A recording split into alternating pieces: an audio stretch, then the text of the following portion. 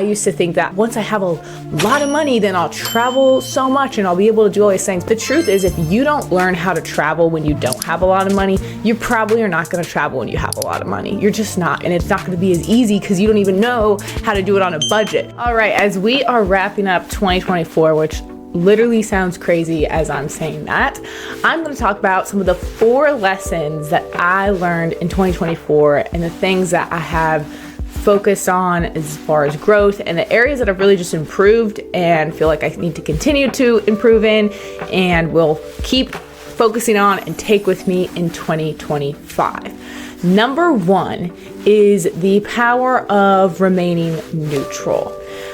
I definitely do not have this, mastered yet at all. However, it's something that's really been brought to my attention in the year of 2024, and the importance of being able to remain neutral, not panic, and not feel like I need to make a big change just because I'm either not feeling good or things are not going as planned, because that's literally life. Life does not go as planned.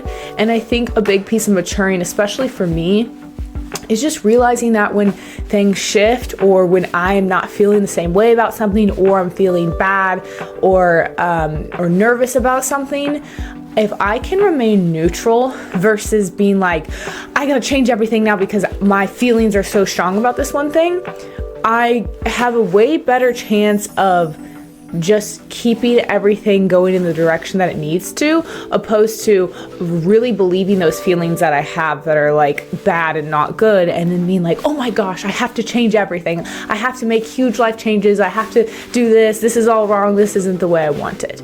And so that's something that's been really crucial for me in my development and just maturity. And really realizing like, wow, I definitely have had big reactions to things in the past that I really didn't need to have a big reaction to. And I also definitely did not need to make any changes just because I had that big feeling. So the number 1 lesson for me in 2024 was the power of remaining neutral and choosing to remain neutral. And it's definitely something that I'm still going to be working on 2025. Lesson number 2 is the importance of investing in yourself or your business, but just really investing in growth. In 2024, I spent the most money I ever have on courses and education for myself, probably more than a year of college. Like, I spent the money in investing in myself. And I will be honest, like, some of the investments that I made weren't that great in the courses that I bought and the people I bought into. It wasn't something that I really needed, but I had to figure that out in order to be led to the investment that I really needed to make.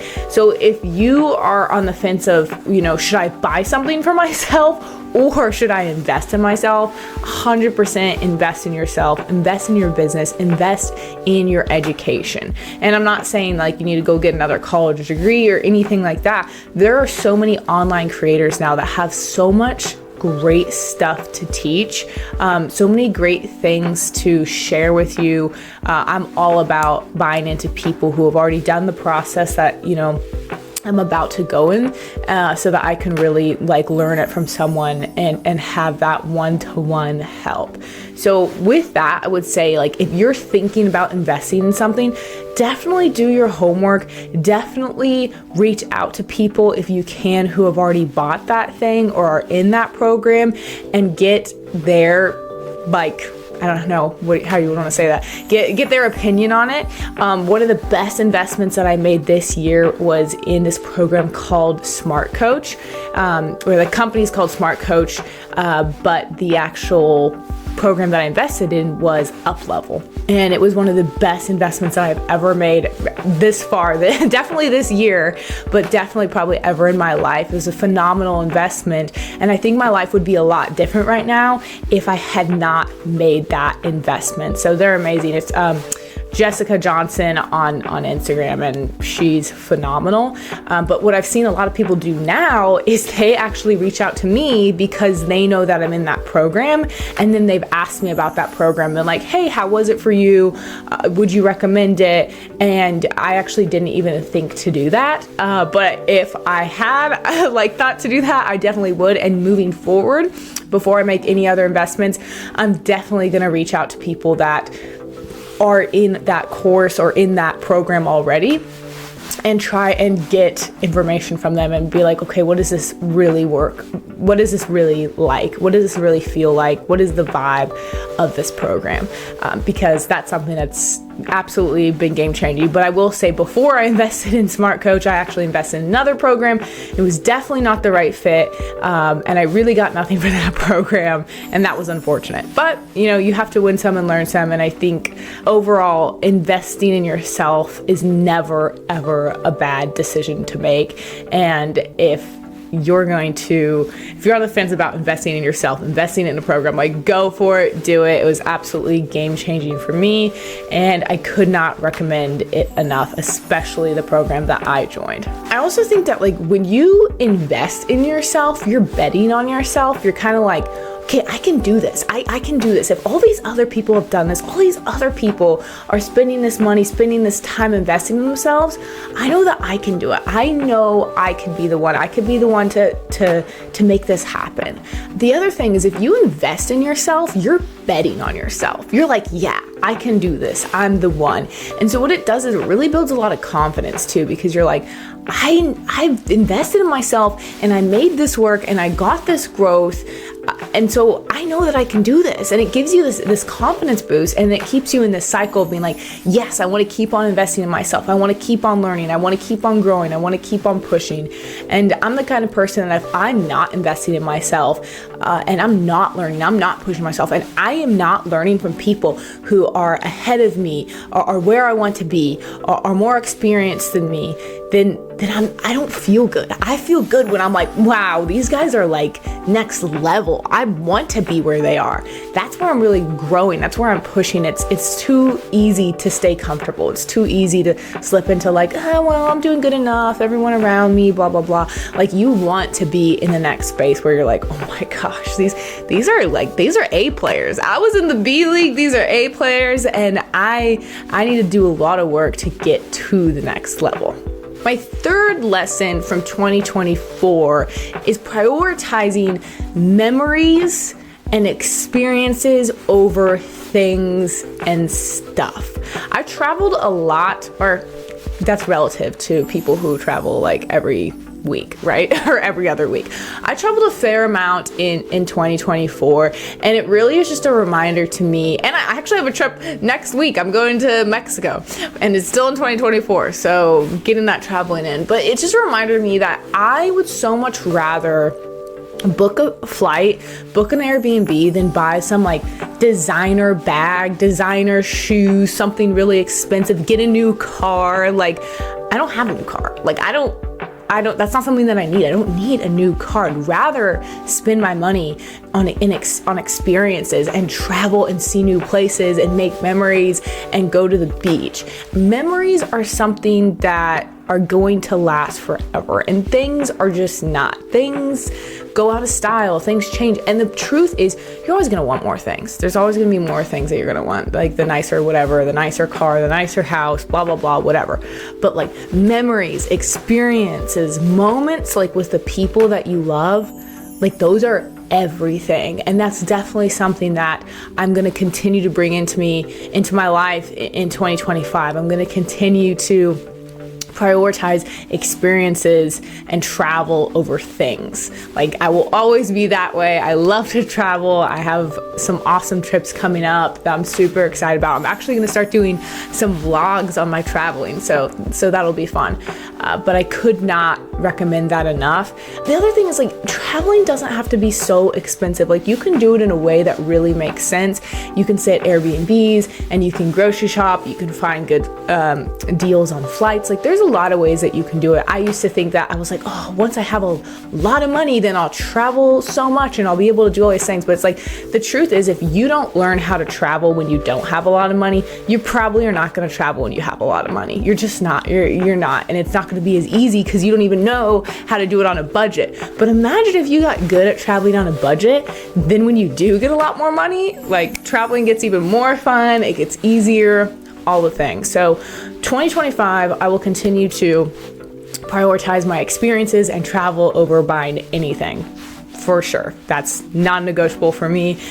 Mitchell signed up for it too. He doesn't have to do any of the planning. I'm the one that's like, this is where we're going and this is when. And he's like, okay, sounds good. Lesson number 4, and this is something that I did last year around this time or a little bit later than this time, is to go on a streak of not buying either things altogether or, for me, clothes. I can't even explain how valuable that is to just literally cut yourself off from buying stuff, from buying something that you like can't stop buying. You buy it a lot, you buy it often, you always want more, whatever it is. For me, that can be clothes. Like, I like clothes. I like new clothes. I like style. I like fashion. I like those things. And Amazon, online shopping, all those things make it so easy to constantly get that instant gratification, to constantly get that thing that you want. And it's actually kind of sickening. It's like, okay, all right, we're buying a lot, like, and too often. So I did from July, August, September, October, November. I did like 5 months of no buying clothes. I was like, that's it. I'm not buying any clothes. I'm cutting myself off. And the year before, I'd actually done an entire year of no buying myself clothes. And that was also really, really good for me. And that's something that I'm going to do again in 2025. I might do it even more extreme. I might make it more things that like I won't allow myself to buy. For a couple of reasons. Like, consumerism is like out of control. The stuff that we buy, the way that we're taught to just like buy, get more, want more, greed, like all the things, is kind of actually sickening.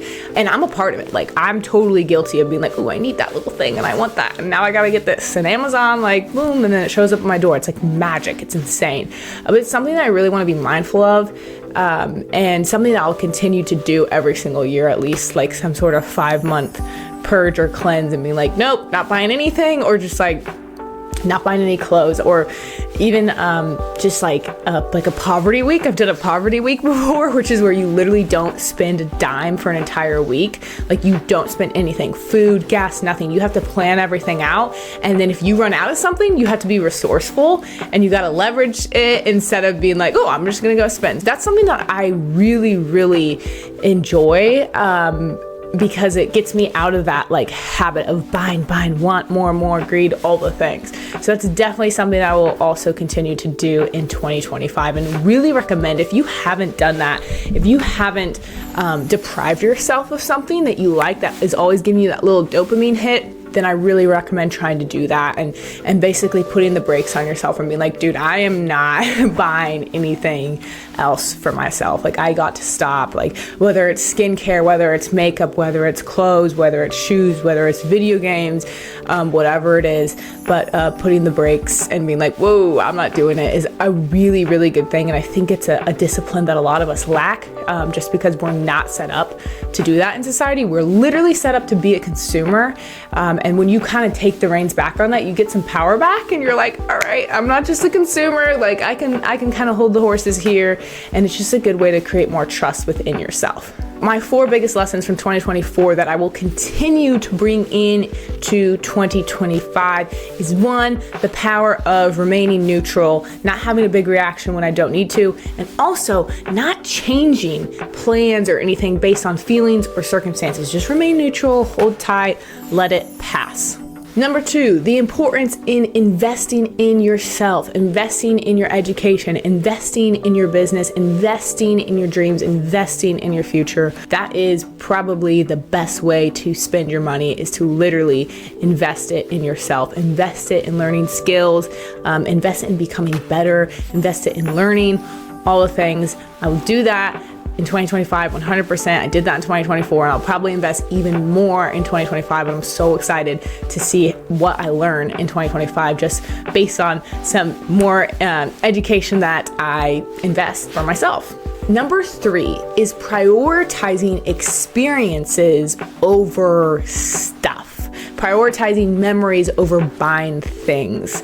I will always be someone who's going to definitely book the trip, buy the flights, get the hotel or the Airbnb before I buy a designer bag or designer shoes or anything like that. I think, or even a new car. Like, it's like, do I want to buy a new car or do I want to buy a cheaper car and travel way more this year? So that's something that I really, really recommend investing in, and will continue to do in 2025, is keep on booking the trips, keep on going to new countries, experiencing new things, seeing new people, and realizing that it doesn't have to be that expensive. You can do it in a way that really makes sense. And maybe I'll do some content around like traveling on a budget and stuff. Lesson number 4 in 2024 that will also carry into 2025 is cutting down on buying stuff, cutting down on buying things, and really depriving yourself of something that you think you probably buy too much, too often, and you need to just cut out. So doing some sort of stint. I recommend, if you're going to do something that's like a thing that you buy, like do at least like 4 months, like 4 months of no buying clothes, 4 months of no buying makeup, 4 months of no buying skincare, or like combine those all and be like, boom, I will not buy a single thing in this area, and just watch what that does to you and how that kind of changes your mindset on things, and also frees you up, because again, we're consumers, so it can be exhausting to buy things all the time and then have to deal with that, which is incredibly a privileged thing to say, but it's just the fact of the matter. So those are my lessons for 2024 that I will 100% be carrying into 2025. Thanks so much for listening, and I will see you in the next episode. Thank you for listening. I really hope you enjoyed today's episode. If you did, I would greatly appreciate if you could share this episode with 5 people you think could benefit from the show. Also, please feel free to connect with me on Instagram at izzychinche or my website at izzychinche.com. Thank you so much for being you. Keep being a leader and making this world a better place.